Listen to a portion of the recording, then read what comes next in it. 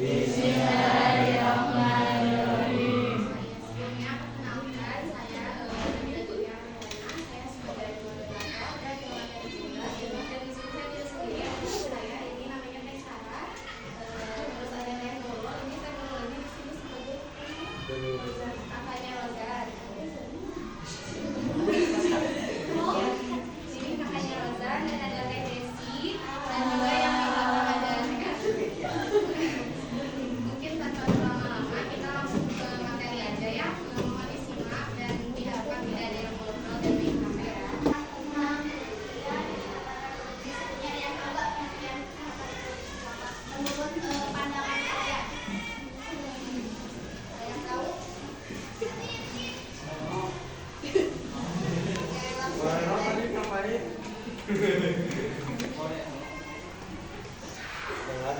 Nah, di sini kesehatan reproduksi itu merupakan suatu keadaan secara fisik, mental, dan sosial yang buruk. Tidak semata-mata terbebas dari penyakit atau kesehatan dalam semua hal yang berkaitan dengan sistem reproduksi secara fungsi dan prosesnya. Jadi bukan hanya kita oh aku sehat, oh aku sakit, tapi kita juga harus tahu bagaimana sih sistem reproduksi kita bekerja. Terus di sini ada definisi remaja. Menurut kalian sebelum membaca ini remaja itu apa sih? Orang yang sudah balik. Nah, apa aja itu teh? Kalau perempuan awalnya ketahuan kalau laki-laki ditandai dengan bahasa. Ya betul. Nah di sini ada kita baca definisinya. Nah remaja atau adult care berasal dari bahasa Latin yaitu adult care yang berarti tumbuh ke arah kematangan. Kematangan yang dimaksud adalah bukan hanya kematangan fisik saja, tetapi juga kematangan sosial dan psikologi. Sedangkan masa remaja adalah masa transisi yang ditandai oleh adanya perubahan fisik, emosi, dan psikis. Kemudian masa remaja adalah suatu periode masa kematangan organ reproduksi manusia dan disebut masa peralihan. Masa remaja merupakan periode peralihan dari masa anak ke masa dewasa. Betul kayak tadi penggunaannya kalian dengan perempuan ditandai dengan adanya menstruasi dan laki-laki ditandai dengan menopause. Dan sebenarnya pada remaja itu ternyata ada tahapannya. Udah belum sebelumnya Belum. baca ini? Belum. Belum. Ternyata remaja itu dibagi ke dalam beberapa tahap. Yang pertama itu masa remaja awal atau ini disebutnya early adult care, yaitu umur dari 11 sampai 17 tahun dengan ciri khas lebih bebas, lebih dekat dengan teman sebaya, mulai berpikir abstrak dan lebih banyak memperhatikan hal lainnya. Kayak kalian sih di masa bebas tuh kayak contohnya ada aku udah gede gitu nggak mau diatur-atur sama orang tua lagi. Udah kalian lebih sama teman, jadi udah enggak apa ya jadi kamu udah enggak tergantung sama orang tua lagi. Jadi udah teman. Nah kemudian di sini ada masa remaja pertengahan atau middle adult care, yaitu usia 14 sampai 16 tahun dengan ciri khas mencari identitas diri, ikut keinginan untuk berkencan. Nah siapa yang udah ada pacaran di sini? Agus. Jangan. Nah, ini berarti kalian udah masuk ke masa pertengahan atau middle adult care. Berarti yang jomblo belum. Udah kayak keinginan untuk berkencan atau pacaran ya, kalau sering sekarang disebutnya pacaran. Terus juga berhayal tentang seksual. Kayak apalagi udah dewasa gitu ya. Terus juga ini rasa cinta yang mendalam. Jadi kalian tuh kayak udah ngerasain oh ternyata aku tuh udah kayak punya rasa cinta nih ke seorang lawan jenis kayak gitu. Alah, sia-siaan. Moreno baru aja Moreno sesama jenis. Selanjutnya, nah di sini yang terakhir yaitu ada masa remaja lanjut atau disebutnya late adult care, yaitu umur 17 sampai 20 tahun. Dengan ciri khas mulai berpikir abstrak, lebih selektif dalam mencari teman sebaya. Jadi kayak sebelum-sebelumnya kalian itu bisa memilih mana teman yang baik, mana juga teman yang enggak. Karena di umur kalian ini pasti lebih apa ya? Gampang terhasut atau terbawa arus sama teman-teman kalian. Terus juga kalian di umur sebelum-sebelumnya belum bisa memilih teman mana yang baik, mana yang enggak. Nah, di umur 17 sampai 20 tahun ini kalian udah bisa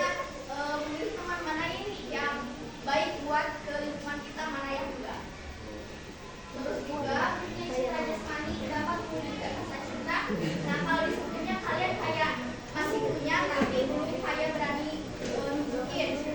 Nah, kalau di usia 17 tahun ini kalian udah bisa nunjukin rasa cinta. Kemudian mengungkapkan rasa kebebasan diri. Nah, jadi kalian kayak lebih pengen bebas atau mengeksplor dari sebelumnya.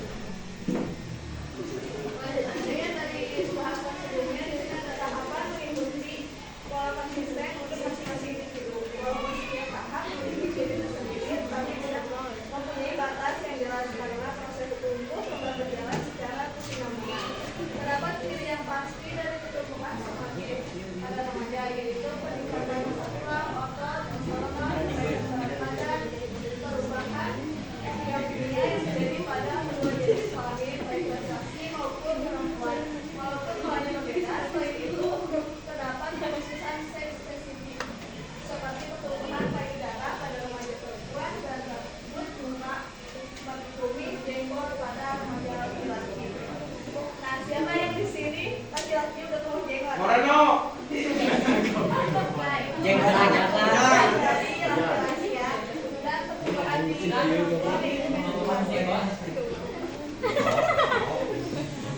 tadi sini ada perubahan fisik pada remaja.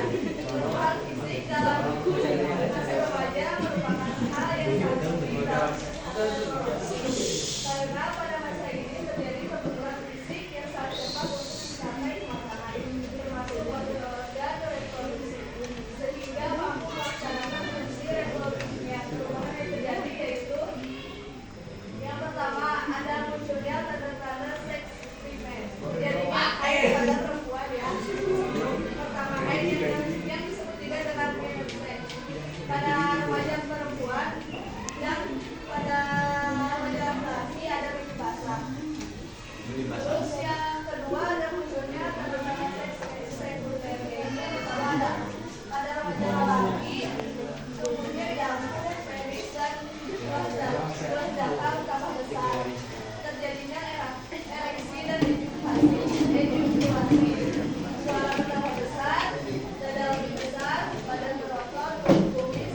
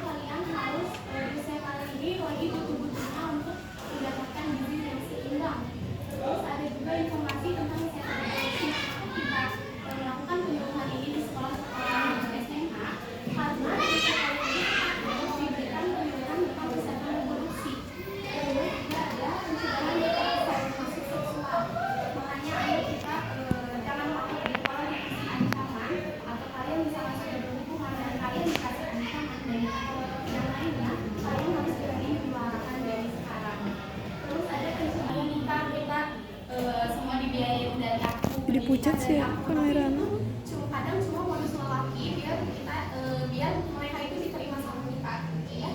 Terus ada pendidikan dan peningkatan keterampilan, lalu juga ada peningkatan penghargaan diri. Terus juga ada peningkatan pertahanan terhadap godaan dan ancaman. Nah, di sini ada kesehatan reproduksi. Jadi kesehatan reproduksi ini menjaga kebersihan organ reproduksi. Yang kedua, memilih pasangan hidup yang sehat. Teman-teman semua, adalah kalian jangan sampai memilih pasangan yang salah. Masa kalian cantik-cantik gini mau sama anak pang, mau sama anak yang tukang angkat dan dia mau? Jadi jangan salah apa? Oke, harus pintar-pintar ya. Jangan milih laki-laki ya. Yang apa coba?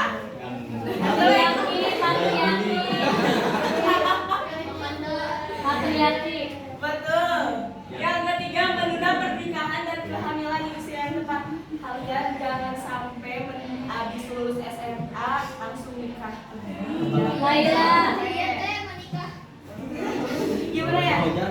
Organ reproduksi kalian belum siap. Organ reproduksi kalian belum siap. Terus juga misalkan kalian mau nikah emang mau nanti dikasih makan sama suami yang kerjanya cuma biasa aja kan, kalian pasti pengen hidup mewah tuh, bener nggak? Pengen mau jadi shopping atau belanja, bener nggak? Jadi jangan sampai salah pilih pasangan, jangan sampai menikah di usia muda kerja dulu, bahagia kedua orang tua.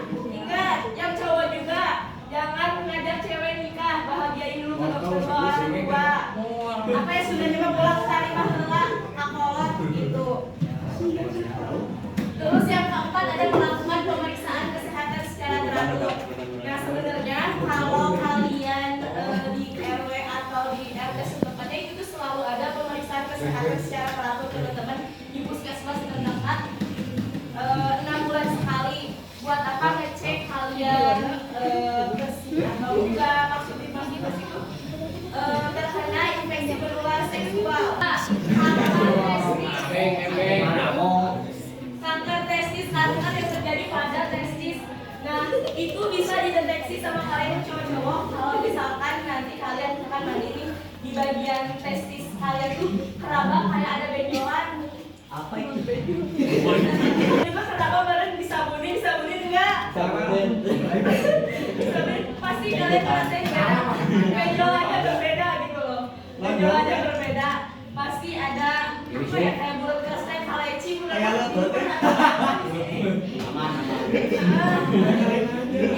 Itu tuh ciri-ciri dari kanker testis. Itu biasanya sih dari turunan sebabnya kayak gitu.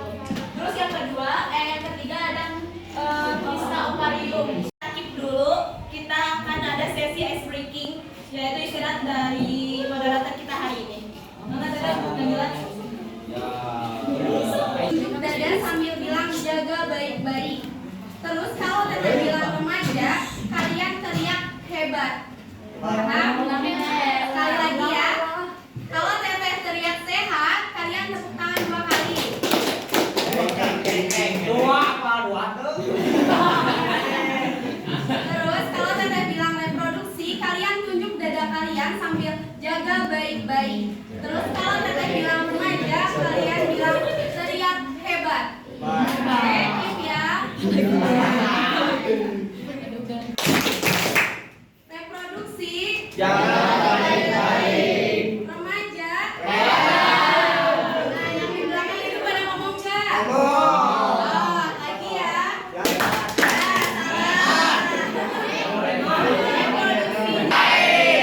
Remaja. Ada yang berani? Benar atau bohong? Kenapa? Tahu jelasin kenapa?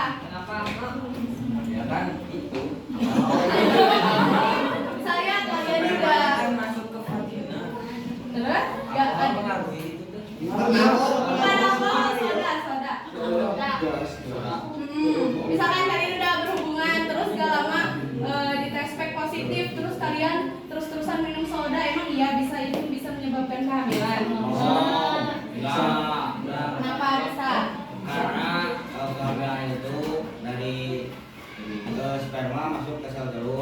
ada dari soda tiba-tiba jadi ambil. Soda mah. Enggak loh, gini maksudnya teh si soda ini tuh bisa mencegah kehamilan. Jadi kan biasanya pakai nanas nih, ini mah pakai soda mencegah kehamilannya. Bisa. Bisa enggak? Bukan kira fakta atau mitos. Karena itu Mitos atau fakta sebelah kanan?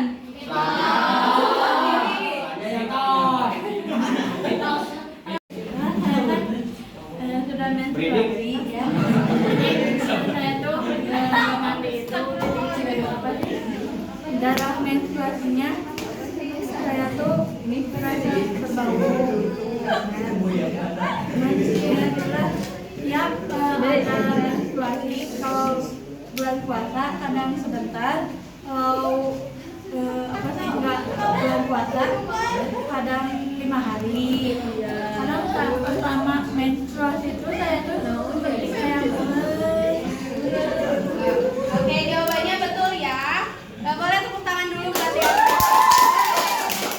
Karena kalau misalnya kalian haid terus kalian itu gak mandi berhari-hari, kebayangkan si pembalut itu bakal jadi bakteri buat darah yang udah mengendap di pembalut itu bakal jadi bakteri. Dan kalau misalnya kalian nggak mandi seharian itu dan nggak ganti pembalut, itu si bakteri itu bisa masuk lagi ke vagina kalian, terus ke rahim, ke tuba kalian, dan bisa menyebabkan bakteri atau bisa menyebabkan kanker serviks kalau kalian nggak mau dan malas buat ganti pembalut gitu ya. Boleh sebelum enggak? Oke, buat laki-lakinya. Yes.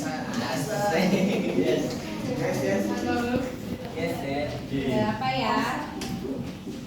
Menurut kamu mimpi basah itu emang benar hanya dialami oleh laki-laki? Aku lama. Ya. Kenapa? Ya. Kenapa? Enggak tahu pernah kan? Hah? Kenapa? Kenapa kamu percaya kalau mimpi basah itu cuma dialami sama laki-laki? Karena ngalamin. simple. Berarti kamu belum pernah nemuin kalau wanita itu mimpi basah juga?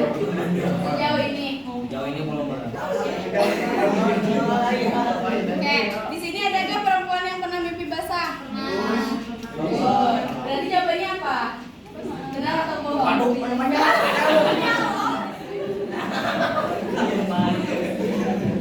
Jawabannya jadi benar atau bohong? Cuma laki-laki aja yang bisa mimpi basah. Bohong. Oke, benar ya jawabannya bohong. Boleh kasih tepuk tangan dulu. Karena kenapa sih si mimpi basah ini tidak terjadi cuma sama laki-laki, perempuan juga bisa mengalami. Karena kalau misalnya di usia yang emang kan di usia kalian itu udah tergantung sama seksualitas ya. Jadi bisa kalian sebelum itu organisme atau berhayal tentang sesuatu yang mengarah ke sana dan bisa menyebabkan tanpa kalian sadari kalian itu mimpi basah, tapi pas bangun itu kalian gak sadar bahwa kalian itu mimpi basah gitu. Jadi